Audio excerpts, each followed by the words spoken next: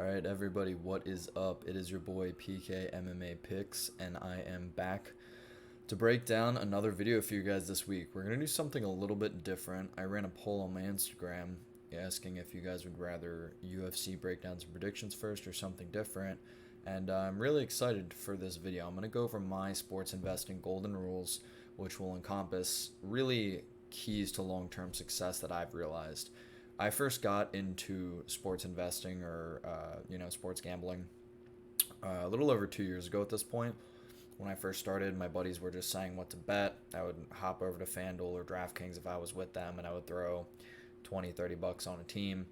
Eventually, when I did transition over to MMA, I began on DraftKings actually, and I was really breaking down fights from a DraftKings perspective.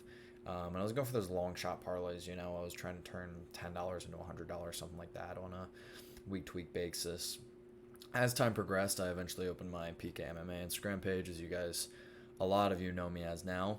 And I had to take a little bit of a break from it when I was doing my residency. But now that I'm done with that, I'm back and, consistently winning on a week-to-week basis. Over the past little over 2 months at this point, we've had 2 losing events. And you guys know I like to do 3 to 4 events on a weekly basis.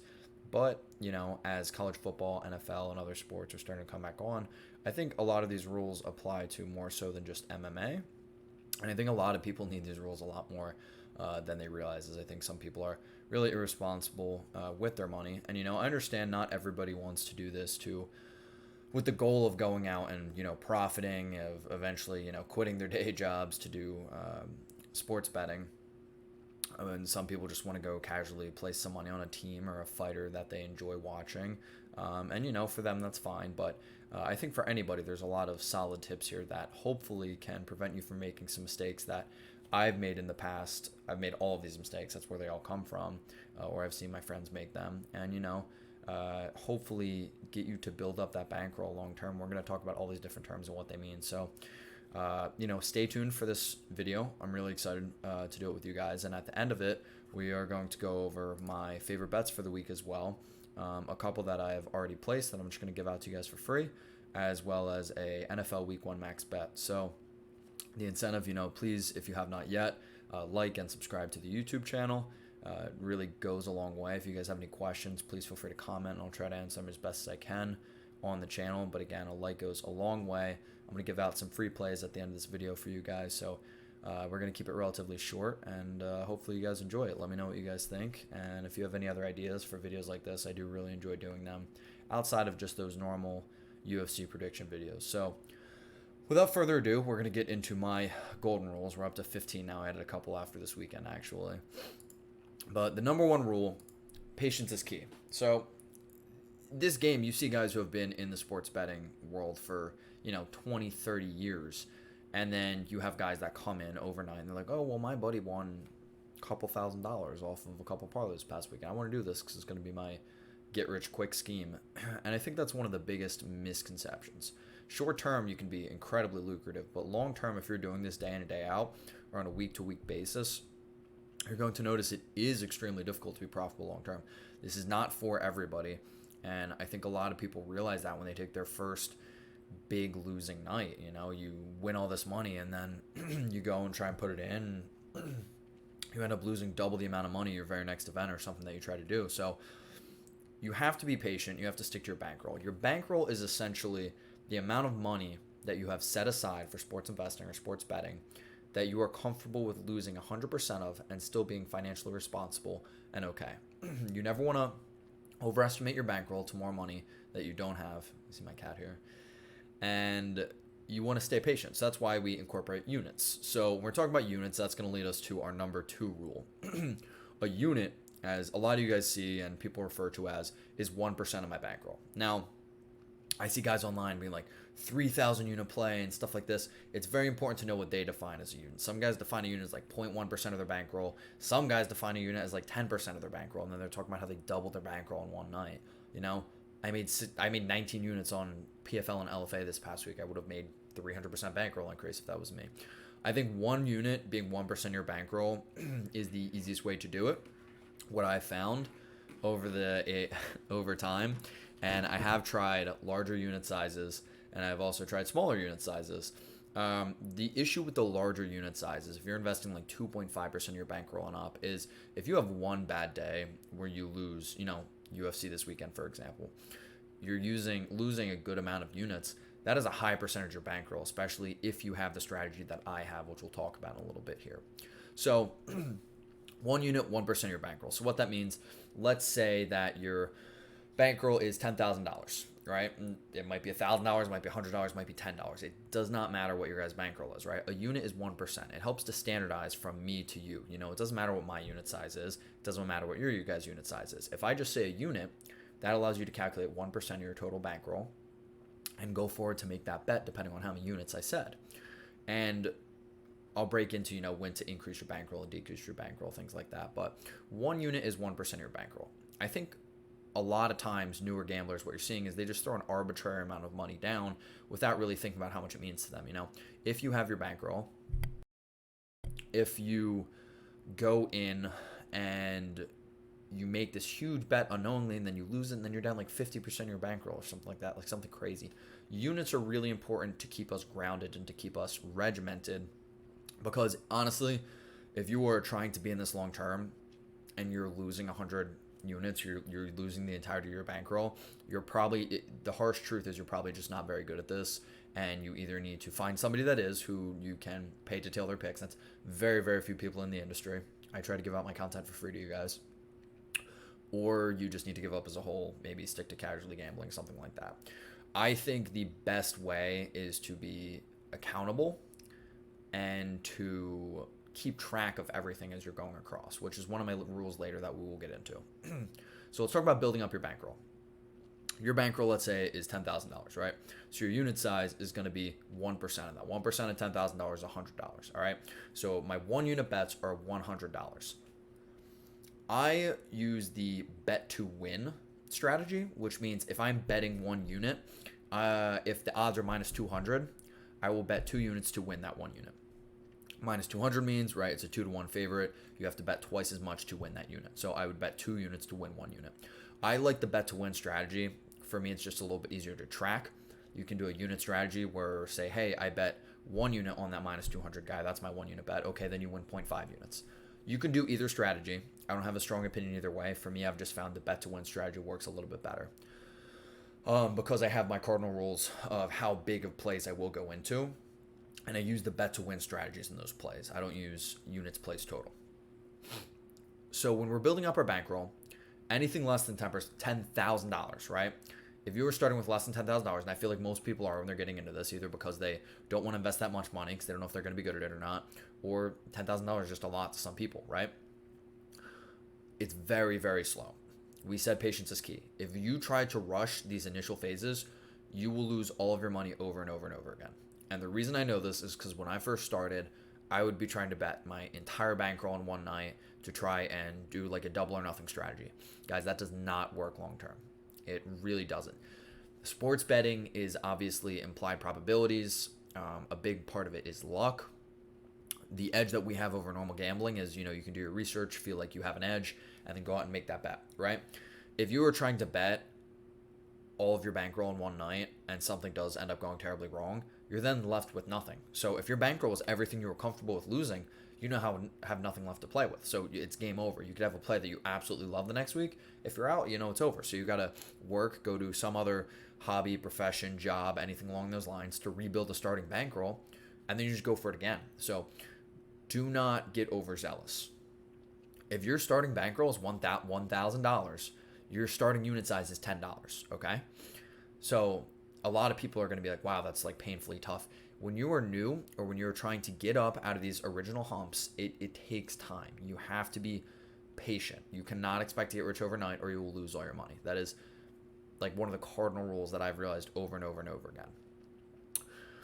Since I have just started again, I started with about $1,300, $1,315 at the beginning of July 10th, actually. It is now April 30th. And as of last night, I was up to $6,590. When I was doing my residency, I pulled out all of my bankroll because I used that to pay off a student loan. And right, these are just examples of my personal life, things like that. But I had a large bankroll at that point. So when I restarted my bankroll, I had to remind myself to be regimented, right? These last 2 months, I've been doing well, but a big portion of that is I've been incredibly lucky. But I have been regimented. I've been keeping my one unit size to 1%. And I'm incredibly happy because I look at the growth that I've had. I've had now over a 400% growth in the past 2 months. That's incredible, but I have gotten lucky. I have hit some long shot parlays. My confident plays, things like that have been going really well for me. This past week, PFL LFA saved us. We had 19 units on that, and then we had 5 units on the Paul fight. And then my other non-sporting bets, I hit about another 5 units. So that's, at least 30 units right there. So it is important to be patient at that starting bankroll. Up to $10,000 bankroll should be $100 max for your unit. However, I would strongly recommend keeping that 1% unit size. So the biggest question I'm going to get then is, okay, well, when do I increase my unit size? I went from a $1,000 bankroll to a $2,000 bankroll. Do I still use a $10 unit size? This is a really big personal preference, and a lot of people have different thoughts on it. What I do, because I'm very confident that I would never lose 100 units. If I lost 100 units, I would probably stop doing this, because that would just go to show to me that I'm not good enough to be profitable long-term in this industry. Every time I add $1,000 to my bankroll, I then readjust my bankroll size. So let's say my starting bankroll week 1 was $1,000. I had an amazing week or 2 weeks, however long it took, and I got to $2,000. When I got to $2,000, and not before, not super long after, I would increase my bankroll or my unit size to $20, because that's the new 1%, right? So it's like, well, when do you adjust? I adjust every $1,000. If I then have a losing event and I lose a little bit, I still keep my unit size at 1% of what it was. So I'd still keep it at $20. So let's say I have 100 units now and I'm sitting at $2,000. So I readjusted my bankroll. It's $20 units. Okay, but then I lose 10 units. So now I'm down to $1,800. Okay. I would still keep that $20 unit because I already adjusted it, right? If I readjust to $18 and then I win back 10 units the next week, I only win $180. I don't break even to where I was at before, right? I would still be $20 short because I readjusted my unit size. So a lot of this is math, statistical analysis, things like that. I strongly recommend when you adjust that unit size, stick to it, but don't adjust it unreasonably. I think the most your unit should be is 1% of your bankroll. If you're going from that 1,000 to 2,000, I would say, in my opinion, okay, I'll increase it to $20. When I reach $3,000, I increase to $30. I'm at 6,500 this week, and this is another important thing. I wait until the start of each new week, basically for like a clean slate when I haven't placed any bets yet, to readjust my unit size. I'm not going to adjust it midweek, because what if I have a really strong first half start to the week, and then like this past weekend, UFC went terrible. If I increased my unit size before I got to UFC, I would have lost a lot more because I made all those units at $50. And then if I increased it to $60 prematurely, I would lose all those units at $60 units. I would lose more because the unit sizes were larger. So I wait until a new week. And that's very important. So how I do it is every $1,000, I increase my unit size accordingly to reflect 1% of my new bankroll. Some people do it differently. You could wait until you're at 2,500 to go to 25 unit or $20 units, because then you'll have more than 100 units or something like that. If you want to be super confident with how many units you have, you could wait until you get to $3,000 to go to $20 units. It's really up to you. It's how comfortable you think you are, and that I'm never going to lose this amount of units, something like that. But if you get below a certain threshold, some nights I bet 30, 40 units in a night because it's a 14 fight card, and I like to have action on almost every fight. If I have a couple units on each fight, well, you need to make sure you have enough units to place all of those bets. So you need to think about it. Think about what works best for you. That's just how I do it. But something else, if you are newer to it, is what I would recommend. You could adjust on a month-to-month basis. Instead of waiting for $1,000 to $2,000, that might only take a week or something like that. You could say, okay, I'm starting in January.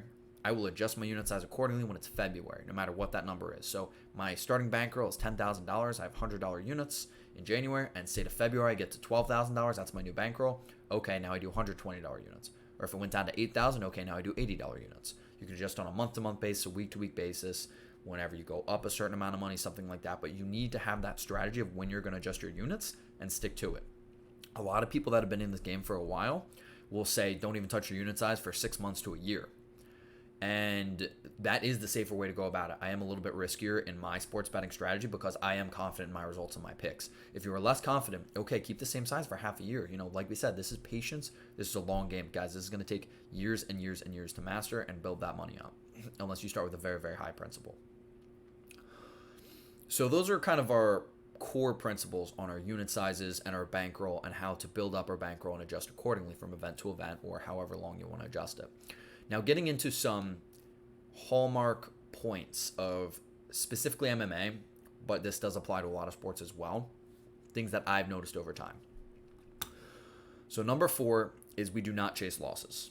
Guys, if you are having a bad night, I see this done over and over and over again. People that are newer or people that don't do this very frequently, you lose money and then you want to make it right back, okay?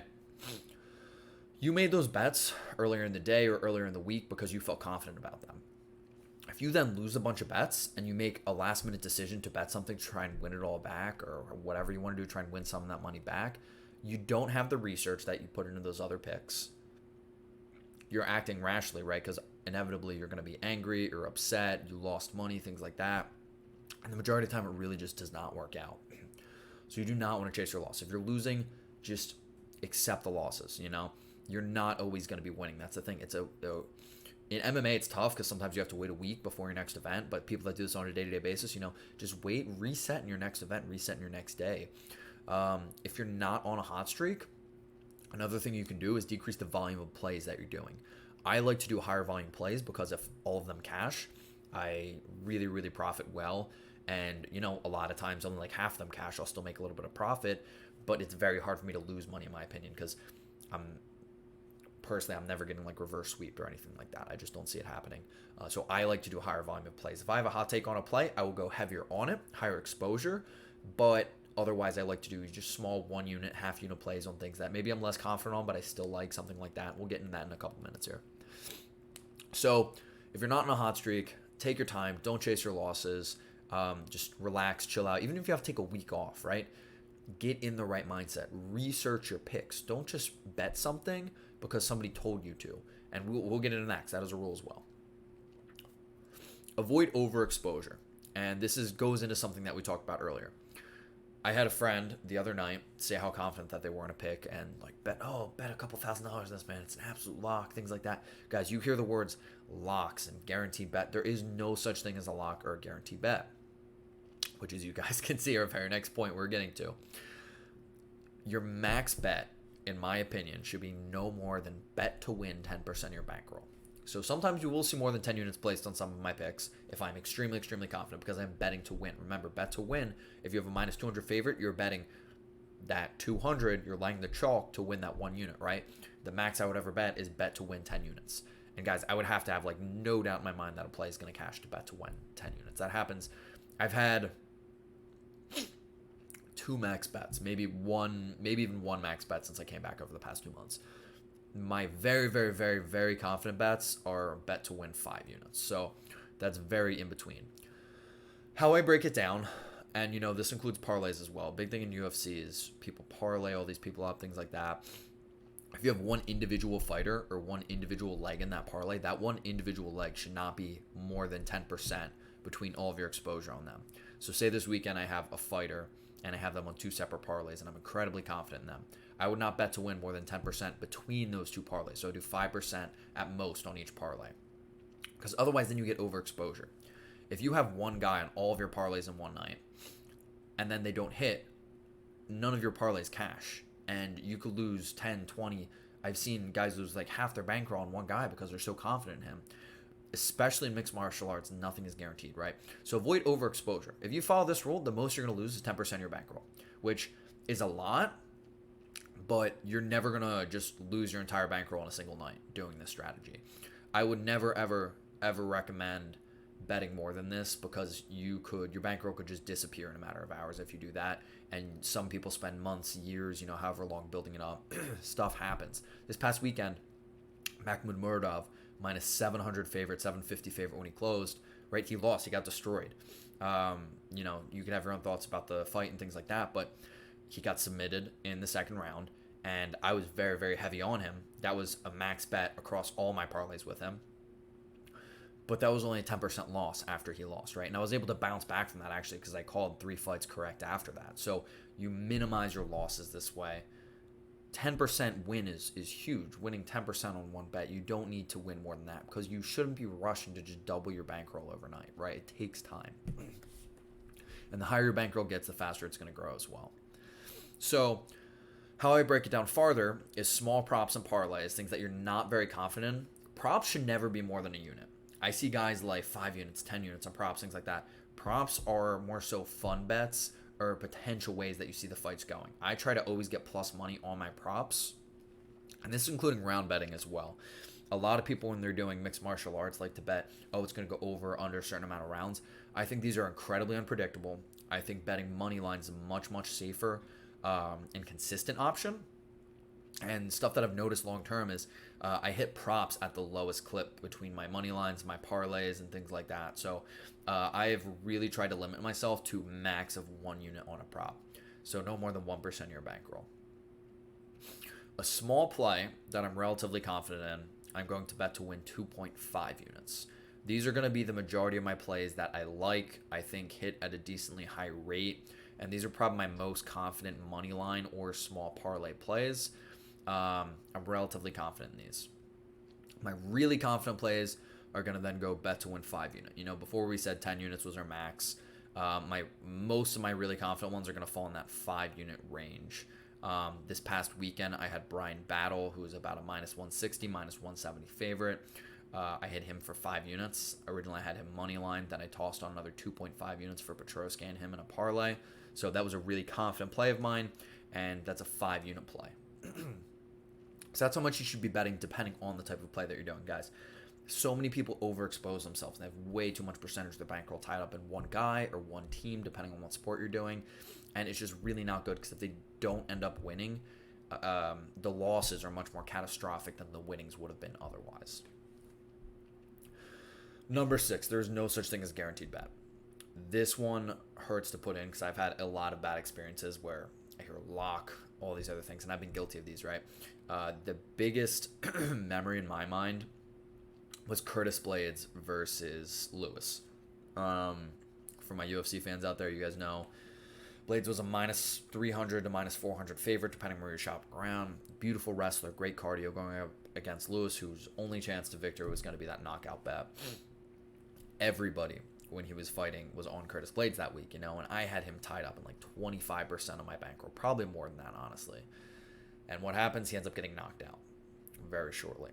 And this was when I realized there's no such thing as a guaranteed bet. I had to take time after this because that absolutely shattered our bankroll.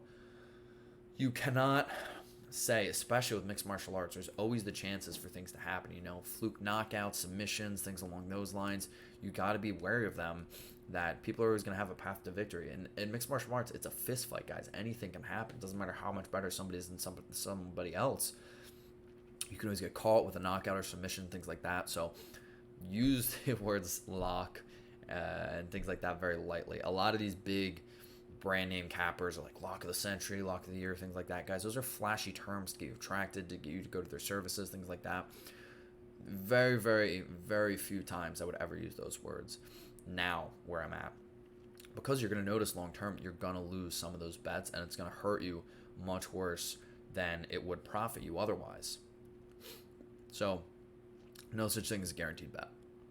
Getting into some of these smaller ones now. Number 7, dogs will bark. When I'm breaking down any sport, really, a lot of people are going to side with the favorites on the books, right? But remember, the books always win. There's no way around it. The books are always going to win. You just have to do as well as you can against them, and you want to be that small percentage of people that bet on sports that are profitable. When you were looking at underdogs, you need to think about, okay, what is their path to victory? You know, how is this NFL team going to win? How is this underdog going to win? You know, Gerald Mearshart just got that submission over Makhmudmuradov, and that should have been a lot more apparent to me when I was breaking down the fight. If guys have clear methods to victory and they're underdogs, you have to anticipate that, and you have to be ready and willing to accept that outcome if it happens when you are making these bets. So very important to acknowledge that that could happen. And you need to, when I'm breaking down fights, that's a huge factor and a huge component when I'm going into those. You know, as to how I pick underdogs versus favorites. If I think that this underdog has a decent chance, and there's really good calculators online that you can use to look at implied probability for odds. So say, for example, right, a plus 100 means you're expected to win 50% of the time, right? What a minus 200 implied probability is, things like that. If you think those underdogs are going to win at a higher probability than that, then the value is on the underdog. You shouldn't be betting the favorite. So, or you should just lay off of it altogether. And that's hard for some people to accept as well, is, you don't need action on everything. If you are going to have action on everything, you should definitely know your spots where to bet small if you're less confident, and things like that. Every once in a while, this is incredibly important, take a mental reset. It is very, very, very tiring to do this with actual research. There are all these guys on Instagram, things like that talk about all their plays and everything like that, but a lot of people just tail other plays that people put out there. And I found long term that's not profitable either. We'll get into that with number 13, but you should make your own plays. You should do your own research. It gets you more invested in sports betting, and it'll tell you if you're truly profitable or not if somebody else is truly profitable or not. Get creative, make your own plays. You can be contrarian to the general public, right? Because the public's losing to Vegas anyways. You don't have to agree with everybody. It's okay to disagree if you have your opinions as to how a certain team or fighter could win. So I think those are really, really important. And I think a great way to kind of just clear your mind is to take a mental reset every once in a while. This doesn't just have to be the 1 week or season that your sport isn't on or something like that. If you are feeling very stressed out, like you need to go with research and stuff, just take the week off, guys. In the grand scheme of things, that 1 week will mean nothing in the years and years and years that you'll be doing this if you are truly trying to be profitable. It is not a quick game. People are always trying to do that get rich scheme, but a week in the grand scheme of things is not going to affect you. It's really not. So if you're feeling overwhelmed, you're feeling too stressed out, take that week off, and I guarantee you that will benefit you more than anything else, because you will come back feeling reinvigorated, rejuvenated, maybe have new outlooks on certain predictions and bets and things like that, and you're going to thank yourself for doing it. Number 9. This is a tough one as well. Only bet sports you're familiar with. And this kind of ties into number 10 as well, so let's cover them both here. I see a lot of people online asking, oh, what are the locks for the day? What are the bets for the day? Stuff like that. And then somebody says, oh, I'm betting this. This is like a total lock, it's a baseball play, but you don't bet baseball. So you're like, okay, yeah, sure, I'll tail it. My friend said it was a lock. And then it loses, then you're pissed at your friend. Why are you pissed at your friend? It's not their fault that you lost the bet that you blindly tailed. You should be able to go out and do your own research and feel comfortable enough placing the bet on your own before you do. If you are not, and you're going out there and tailing somebody, you need to be okay with losing that money. You can't blame anybody else but yourself, because you were the one that placed the bet ultimately. Unless you have like somebody else betting for you or something like that, which you shouldn't, because most sportsbook that's illegal. You need to be okay with losing if you're going to tail somebody else. And I highly recommend just sticking to sports that you're good with. For me, I have narrowed myself down to UFC, NFL, college football, and college basketball, because outside of that, I just lose money. I know everybody loves to bet baseball right now because there's games every single day. Some people say it's so profitable. I suck at baseball. I'm awful. I've tried to handicap before, and I've tried to just follow big name cappers before and what they bet, and I just ultimately end up losing money. And this is going to tie into number 11 now, which is track everything. The best way to know if you're good or not, if you're decent, is to write it all down. When I first started, I had a spreadsheet of every single bet that I made, day in and day out. And I just tracked everything. I want to know, could I be good at this or could I not? In actuality, probably only about 1% of you are actually going to be profitable long term. You can hit your plus 5,000 parlays or whatever every once in a while, but I guarantee you long term you're still going to be losing if you tracked everything. 99% of you don't track everything. You say how good you do on a week-to-week basis and things like that. Track all of your plays, and then go look at all of that after a year if your bankroll hasn't emptied already. And another thing I really, really emphasize is don't withdraw your bankroll and redeposit on a week-to-week basis. You need to let it sit and let it grow, because you're going to know where it's truly going to lie. If at the end of each week you're just taking out the money that you made over the weekend, you're not going to know where your bankroll's at. Your bankroll's not going to grow over time. It's super important. So for me, I use Bovada as my book. I started with my bankroll over a month ago, and I know exactly where it's at today because I haven't deposited or withdrawn anything since then. So it's very important long-term to know where your bankroll is going. And the best way to do that is just to track everything. You can use Excel spreadsheets. You can use third-party tracking for free online for your bets, and it'll tell you exactly how many units you're up or down. I use Google Keep for a ton of my stuff. Right now, anything non-MMA related, I'm just keeping track of because I'm starting to do that again because I want to know if I'm still good at it or not, right? NFL and NCAAF are just coming back on now, and I want to see if I've still got it or not. So I've started tracking every play, which we'll get in my Max NFL play in a little bit for you guys. But the best way to know is just to track it. It takes seconds. When you place a bet, just quickly write it down. Guys, you can write it down in a little notebook, something that I love. I don't have it here, but just like a little tiny notebook, something like that. If you don't want to do it electronically or you're not familiar with that, and just add up your wins and losses. The easiest way to do it is add them up on a week-to-week basis. So you can see, okay, I won or lost this much in this week. Then at the end of the month, you just add those 4 weeks together. At the end of the year, you add those 12 months together. It's super easy, guys. There should be no excuse as to why you're not tracking your plays. And you don't have to track for other people. If you're not running like a paid service or anything like that, you don't have to worry about tracking for other people. Track it for yourself. You want to know if you're good at this or not. You can't just lie to yourself and say you're good if you don't have the numbers to prove it. After a year, after 2 years, you're going to know very well, like, okay, I lost my bankroll like 4 times. This isn't for me. Or maybe I should go find somebody that can help me with this. Or go watch this video like I'm putting out right now. That'll hopefully give you guys some tips to step up your game to that next level.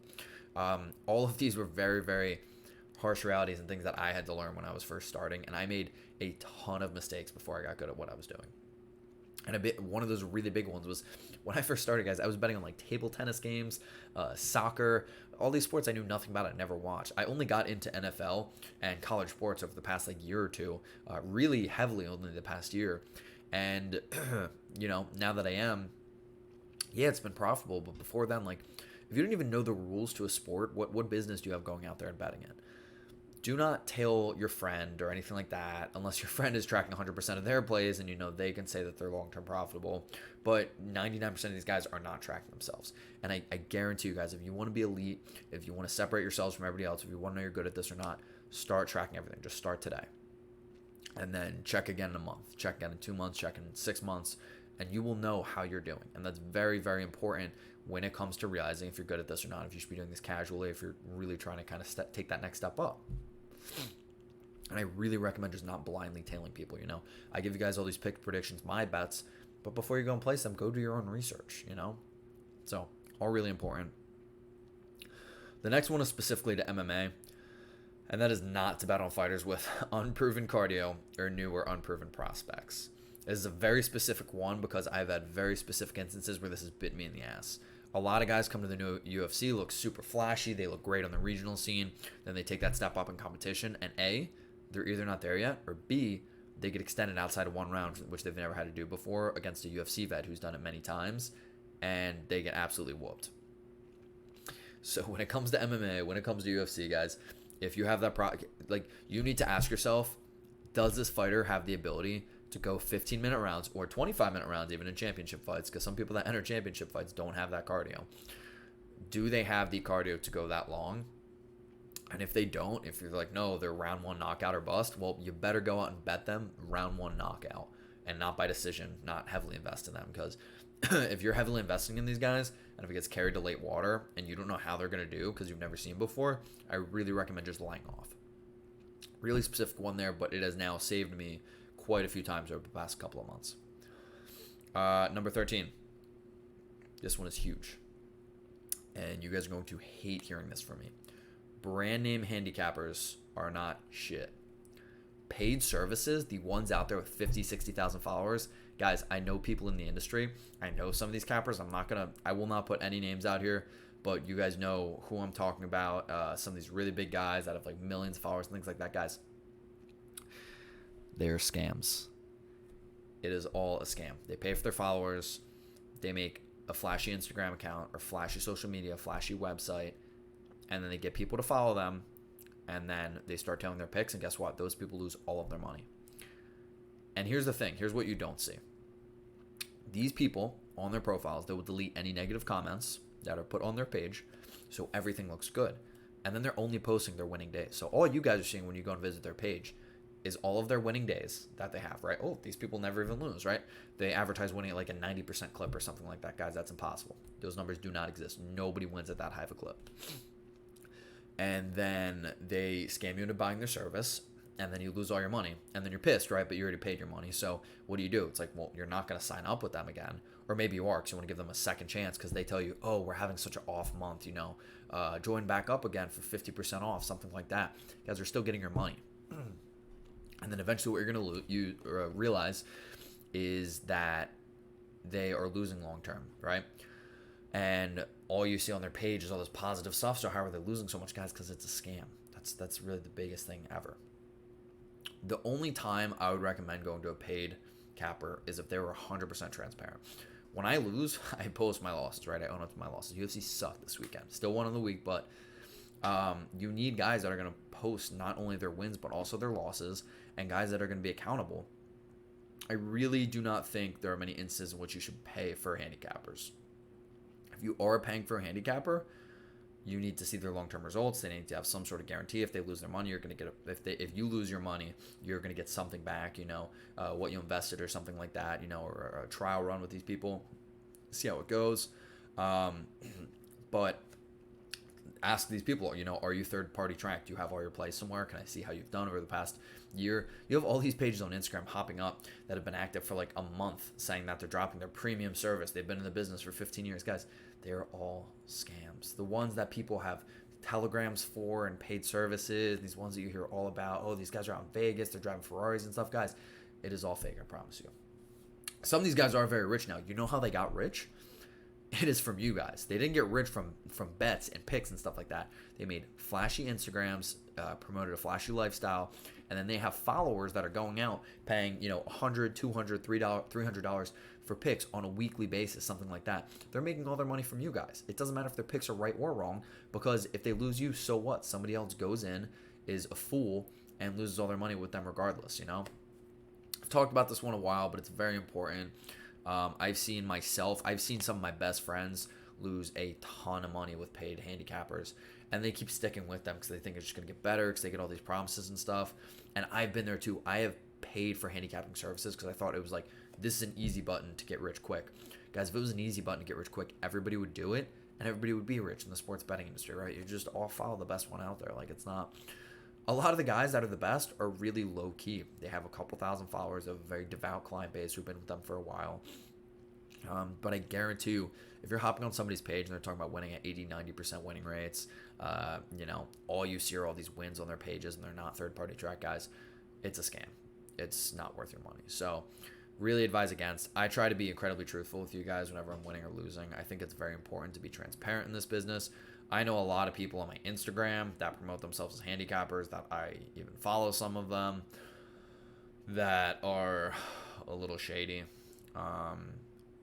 And yeah, I don't know. I don't approve of what some people do, but you guys can save yourselves the money. And if you want really good handicappers, some long-term winners, message me privately on Instagram because I'm not going to promote anybody's pages on my YouTube video, and I will send you their way. Not even myself. If you guys want other sports, things like that, I will send you in the way of good cappers that I really trust, and I will give you a big-ass list of cappers in the business that are absolutely fake. You guys can ask me if they're real or fake, but you got to message me on Instagram privately, PKMMA Picks.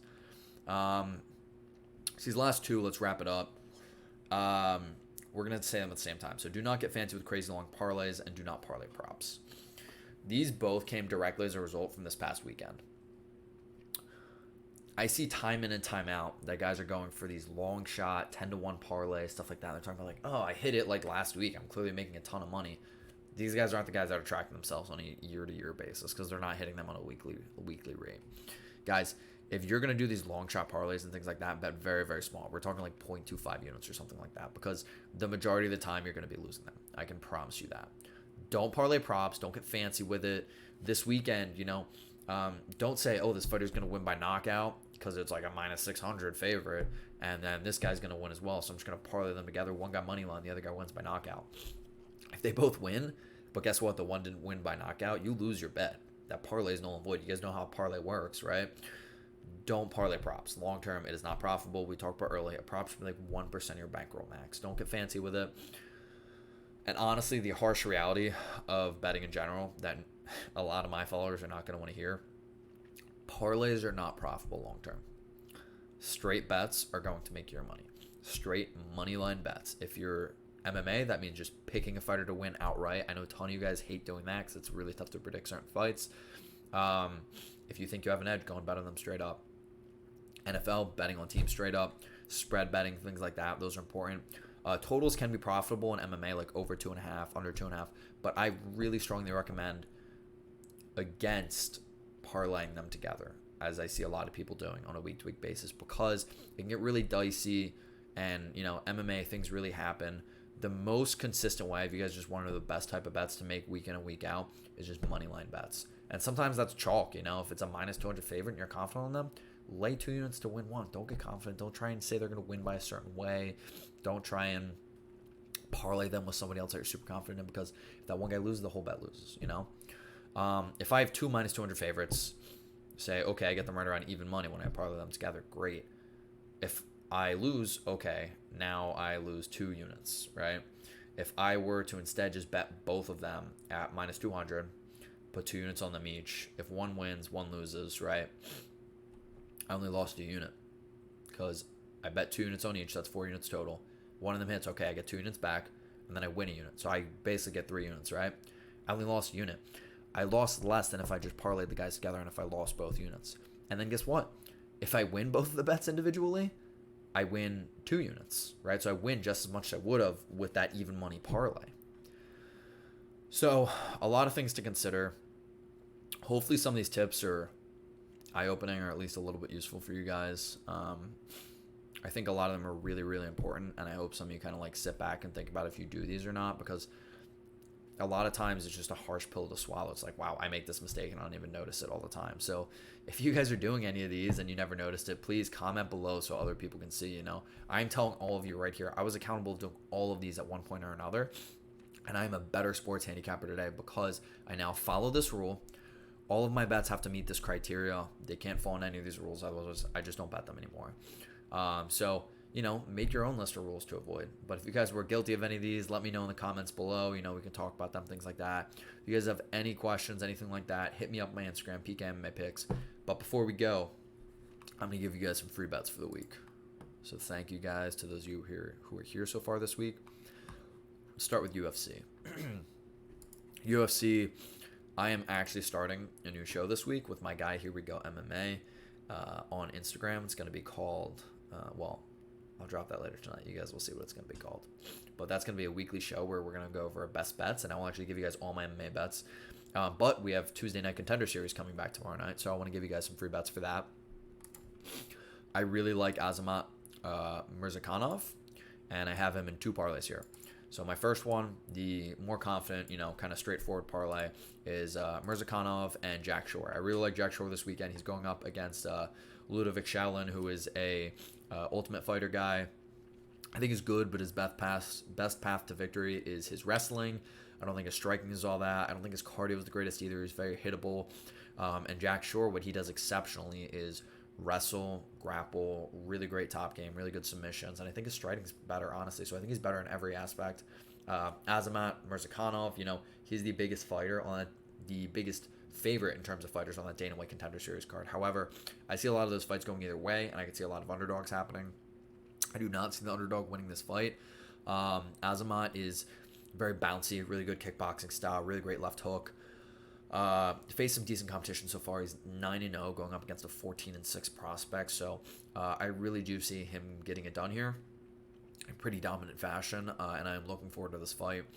So my second parlay, my more long shot one, however, you guys can see it's 2.5 units, right? So small play, but I do have confidence in it, is again that Murzakanov and Shore. So I have right now about 4.5, a little more than 4.5 units invested in these 2 guys, so I probably won't bet them anymore throughout the week. Then I'm adding Aspinall, Tom Aspinall. I'll do breakdowns later this week on that. And OSU, Ohio State Football, NCAAF. This is a cross-promotional parlay. They are minus 600 currently on my book, which is Bovada. If you guys need a book, hit me up on Instagram. I'll send you my referral link. You can get some free money when you sign up. All of them together, 2.5 units pays out 4 units. So I thought that was really good value. It's a bit of a long shot. It's about plus 160 odds, I think. But I like it. I think it's good. I'm pretty confident that can hit, and I think the value is really good there. So I'm going to go with that. My non-UFC plays, you guys can see what I cashed last week. This week, I have OSU minus 13.5. I brought the hook. It's normally minus 14, I believe.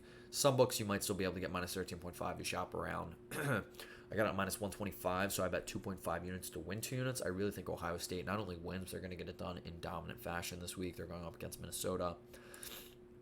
And then my NFL Week 1 max that I've been teasing you guys with. Here it is. If you stuck out long enough throughout the video, you get it. Congratulations. I am going with the Tennessee Titans, parlayed with OSU again. 5.4 units to win 5 units. If you guys want a full breakdown video of this, let me know. Or if you just have any questions, hit me up in my Instagram DMs. But the point of this was to give out free bets to you guys. I really like the Titans playing against the Cardinals week 1. I think they're going to do really well. So I'm parlaying them with OSU this week. Titans play next week. 5.4 units to win 5 units. That is pretty much a max bet for me. I know we said eventually go 10 units, right? That'd be like our max, but 5 unit 90% of the time is like a max bet for me. So max NFL bet, taking OSU with the spread, and we have our 2 parlays so far. I'm going to have more plays for you guys, don't worry, this week for UFC Brunson versus Till. So thank you guys for sticking around. Hopefully you enjoyed this video. Please let me know. If you have not done so yet, if you have stuck around this far, please give it a like. Please subscribe to the channel. I hope you guys find this very interesting and useful. And if I can do more videos like this, let me know. Drop your ideas down in the comment section. Let me know if you're guilty of any of these rules that we talked about before. And, I look forward to breaking down some fights later this week with you guys and hopefully found this helpful. So with that, PK MMA signing out.